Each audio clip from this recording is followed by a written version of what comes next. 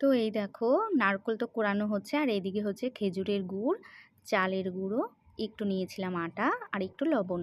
ব্যাস, মানে যা চালের গুঁড়ো হবে তা 4 ভাগের 1 ভাগ আটা বা ময়দা তোমরা যদি যেটা ভালোবাসো, আর সাথে গুড় আর একটু উষ্ণ গরম জল।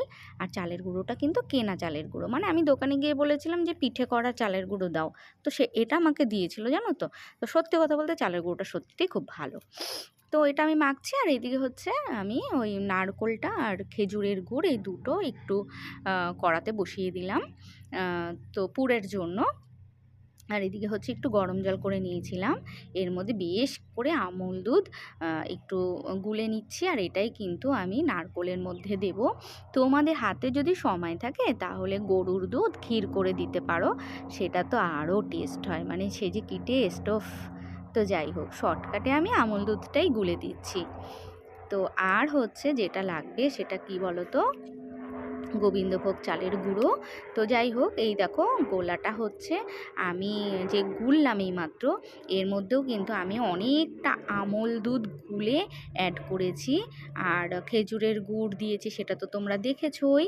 এই দুটোতেই কিন্তু টেস্ট, মেন টেস্ট এই দুটোতেই হয়।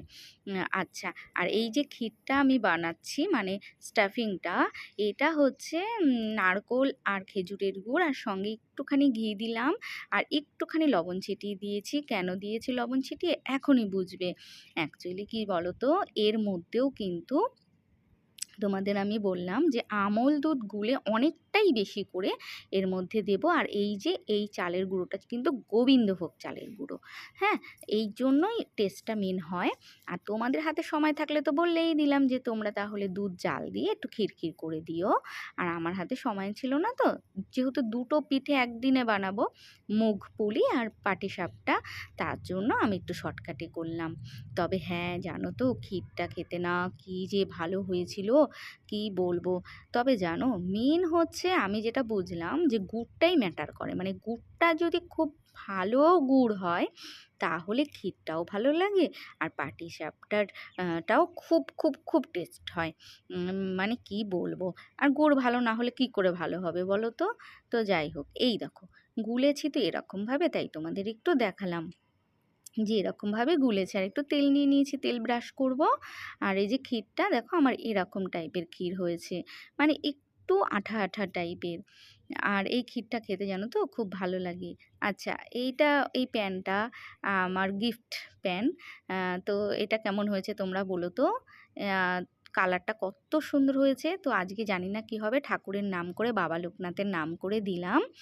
আমার খুব শখের এই প্যানটা, আর দিলাম তো দেখি কেমন ওঠে। আর এটা জানো তো আমি পাটিসাপটা খাবো বলেই কিনেছিলাম, আর আজকেই আমি প্রথম করছি, আর জানি না কেমন হবে। তবে ক্ষীরটা কিন্তু খেতেও ভালো হয়েছিল, কালারটাও ভালো হয়েছিল। আর ওই যে বললাম, দিদি এদিকে হাসছে আমার দিকে তাকিয়ে তাকিয়ে। ও দিদি আমাকে বারবার বলছিল এরকম না এরকম করে করো।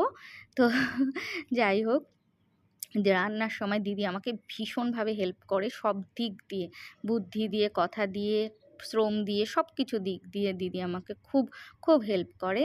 আর এই যে আমার প্রথম পিঠা, এটা আমি দেবো আমার গপু রাজাকে, মানে আমার ঘরে গপু আছে তাই গপু রাজাকে দেব এই পিঠেটা। তো দিদি বলছিল একটুখানি লাল লাল করো তাহলে জিনিসটা দেখতে ভালো লাগে।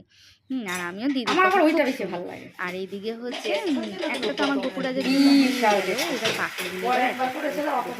আর এই সময় ওটা খুব যে খারাপ আদর ছিল করে না, যত্ন করে খুব পচা ভালোবেসে আমি দিচ্ছিলাম। যে আর বলছিলাম ক্ষীরটা ঠাকুর আমার নারকলটা মনে আছে, সেই জিনিসটা পচা নারকল খুব বেরোলো, তার জন্য ওটা মানে ভালো কি লাগে। বলবো, কেন পাটিসাপটা পিঠে করাটা নাকি প্রথমটা খুব কঠিন, আর আমার কাছেও সেটা মনে হয় জানো তো।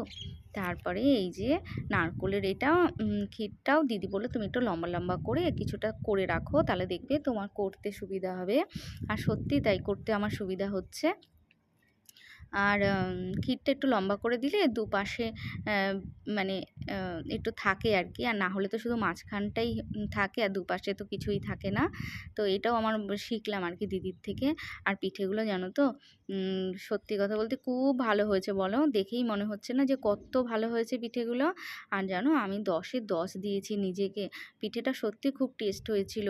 আর জানো বিশ্বাস করবে না, আমি তো ময়দা খাই না আর সুজির পিঠেও আমার খুব একটা ভালো লাগে না, তাই তাই চালের গুঁড়ো দিয়ে পিঠে করেছি, আর একটু তো আটা দিলাম তোমরা দেখলে। আর তার জন্যে ভয় পাচ্ছিলাম যে উঠবে কি উঠবে না।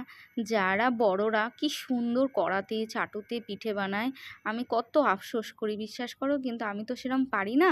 তার জন্য এই প্যান ট্যান কিনে এইসবের মধ্যে কারুসাহায্য করি। প্যানে তো একটা বাচ্চাও করতে পারে, আমি তো বড়। তো যাই হোক, ভালো হয়েছে এটাই বড় কথা, সবাই খেয়ে ভালো বলেছে।